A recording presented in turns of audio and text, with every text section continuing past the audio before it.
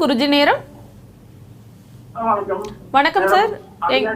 அவினாசில இருந்து பேசுறீங்களா? யாருக்கா ஜாதகம் பார்க்க போறீங்க?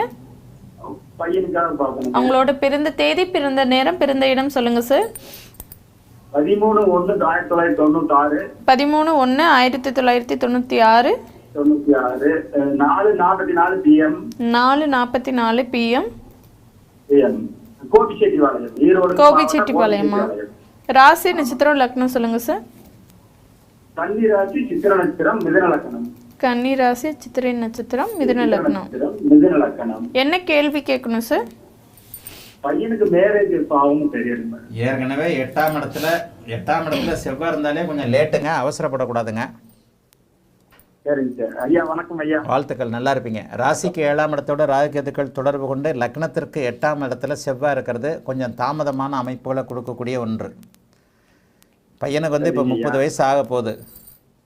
ஒரு 3-4 வருஷமா பார்த்து கேட்குறாங்க, ஒன்றும் செட் ஆக மாட்டேங்குதுங்க. குருதசையில் புதன் பக்தியில் 2020 குருதசையில் புதன் பக்தி நடக்க போகுது. புதன் 8ஆம் இடத்துல இருக்கிறார், சந்திராதியோகத்தில் இல்லை, அவர் வந்து பாபத்துவமாக இருக்கிறார். 2020 இப்போல்லாம் கல்யாணம் நடக்காதுங்க. கேது பக்தி 2027 ஆரம்பிக்குது. கேது வந்து குருவோட வீட்டில் இருக்கிற கேது குடும்பாதிபதி பார்வையை வாங்கி குருவோட வீட்டில் 7ஆம் அதிபதியோடைய வீட்டில் இருக்கிற கேது பக்தியில் தான் கல்யாணம்.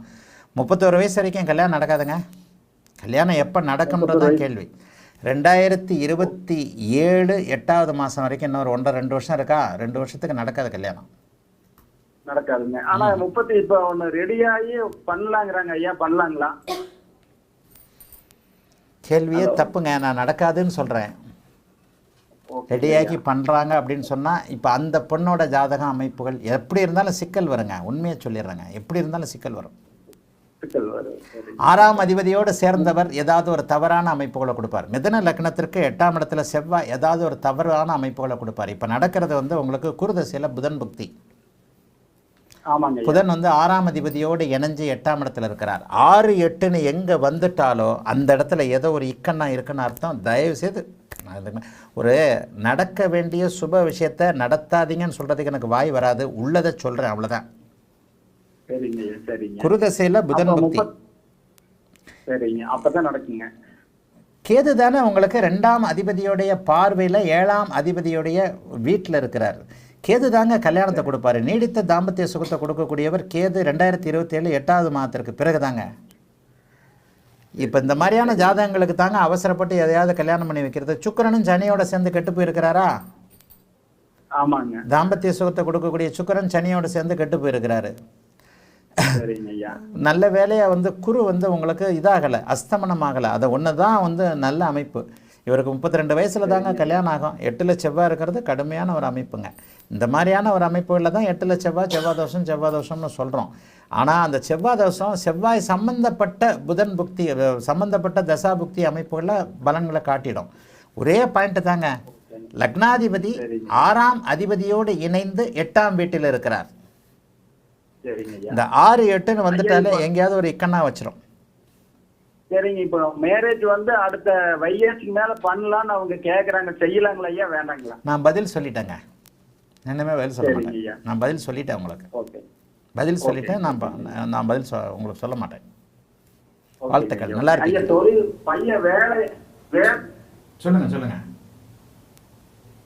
சரி, பண்ணிட்டாங்க.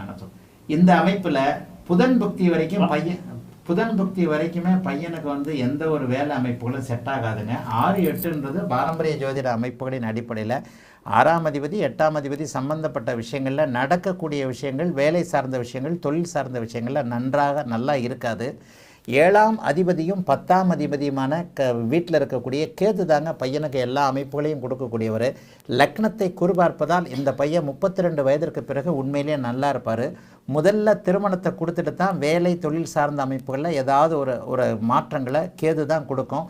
கேது தான் இருக்கும் வீட்டின் அதிபதியைப் போல செயல்படக்கூடிய கிரகம் என்பதால் கேது புக்தி வந்து குரு புக்தி மாதிரி வேலை செய்யும். கேது புக்தியில் தான் பார்க்குற வேலையோ செய்கிற தொழிலோ நல்லா இருக்கக்கூடிய அமைப்புகள் உண்டு. ஒரு 2 வருஷம் பொறுங்க, சாதகமில்லாத அமைப்புகள் நடக்குது. திருமணத்திற்கு அவசரப்பட வேண்டாம். தொழிலையும் இப்போ என்ன பண்ணிக்கிட்டு இருக்கிறாரோ அதை மட்டும் பண்ண சொல்லுங்கள்.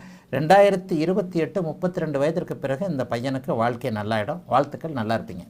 அழைத்ததற்கு நன்றி ஐயா. வணக்கம் குருஜி நேரம்.